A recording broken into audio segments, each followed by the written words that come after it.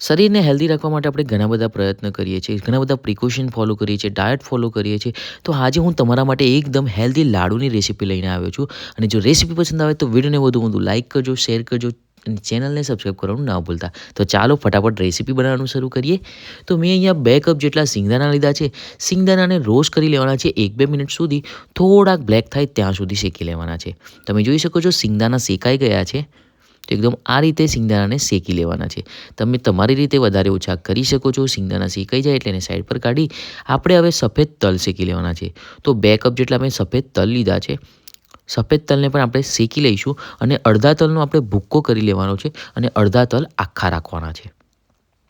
તો તલ પણ શેકાઈ ગયા છે. હવે આપણે લેવાનું છે કોપરાનું છીણ. તો કોપરાના છીણને પણ આપણે સરખી રીતે શેકી લઈશું. થોડોક એનો કલર ચેન્જ થાય ત્યાં સુધી એને શેકી લેવાનો છે. તમે જોઈ શકો છો કોપરાનું છીણ પણ શેકાઈ ગયું છે. તો એને પણ આપણે સાઈડ પર કાઢી લેવાનું છે. હવે આપણે શેકવાનું છે રાગીનો લોટ. તો મેં અહીંયા 1 બાઉલ જેટલો એટલે 100 થી 150 ગ્રામ જેટલો રાગીનો લોટ લીધો છે. તમે તમારી રીતે વધારે ઓછો કરી શકો છો. લોટને થોડી વાર શેકાઈ જાય ને એટલે પછી ઘી એડ કરવાનું. તો અમે અહીંયા 1 ચમચી જેટલું દેશી ઘી લીધું છે. તો હવે આપણે લોટને ઘીમાં પરફેક્ટલી શેકી લેવાનો છે. અને શેકતી વખતે ગેસની ફ્લેમ મીડિયમ રાખવાની છે, હાઈ નથી રાખવાની. તો લોટ પણ શેકાઈ ગયો છે. તમે જોઈ શકો છો કે એનો પણ થોડો કલર ચેન્જ થઈ ગયો છે. તો એકદમ આ રીતે લોટને પણ શેકી લેવાનો છે. તો લોટ શેકાઈ ગયો છે. હવે એને સાઈડ પર કરીને હવે આપણે ગોળને ઓગાળી લેવાનો છે. તો મેં અહીંયા 1 કપ જેટલો ગોળ લીધો છે. ગોળને પણ દેશી જ લેવાનો છે અને ગોળને ઓગાળી લેવાનો છે. તો તમે જોઈ શકો છો કે ગોળ પણ ઓગળી ગયો છે. હવે આપણે એક મોટું વાસણ લેવાનું છે. એમાં બધી સામગ્રી એડ કરી લેવાની છે. તો મેં અહીંયા રાગીનો લોટ છે, સિંગદાણાનો પાવડર છે, તલ એડ કર્યા છે, ભૂક્કો પણ એડ કર્યો છે અને આખા પણ એડ કર્યા છે. સાથે સિંગદાણાનો બી સેમ વસ્તુ ભૂક્કો અને આખા થોડા અચકચરા એડ કર્યા છે. ડ્રાયફ્રૂટ એડ કર્યા છે. તમને જે ડ્રાયફ્રૂટ પસંદ આવે ને એ તમે એડ કરી શકો છો. મેં અહીંયા કાજુ, બદામ, પિસ્તા અને ઝીણા પીસી લીધા છે.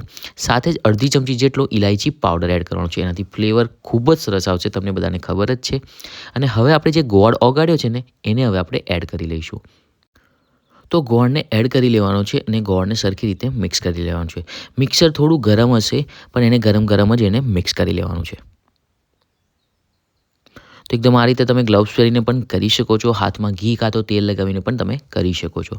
તો એકદમ આ રીતે આપણે એને સરખી રીતે મિક્સ કરી લેવાનું છે અને પછી આપણે એના લાડુ વાળી લેવાના છે. જો તમને ઘી વધારે ઓછું લાગતું હોય તો તમે એડ કરી શકો છો. મેં અહીંયા 2 ચમચી જેટલું ઘી એડ કર્યું હતું ફરીથી. તો પહેલાં મેં 1 ચમચી એડ કર્યું, પછી મને લાગ્યું તો મેં ફરીથી 1 ચમચી એડ કર્યું છે. તો તમે તમારી રીતે વધારે ઓછું કરી શકો છો.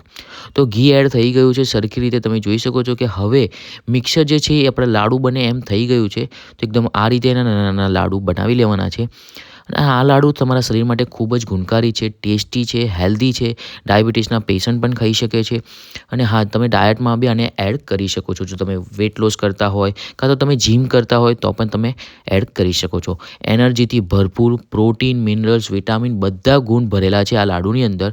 તો આ રેસીપી એકવાર જરૂરથી ટ્રાય કરજો. તમારા ફેમિલીમાં બધાને ખૂબ જ ભાવશે. અને જો આ લાડુ બાળકો ખાશે ને તો બાળકોના શરીર માટે ખૂબ જ ગુણકારી છે. તો જો રેસીપી પસંદ આવી તો વિડીયોને વધુ લાઇક કરજો, શેર કરજો, કોમેન્ટ કરજો અને હા, ચેનલને સબસ્ક્રાઈબ કરવાનું ના ભૂલતા. ફરી મળીશું આવી જ નવી રેસીપી સાથે. ત્યાં સુધીને ગુડ બાય.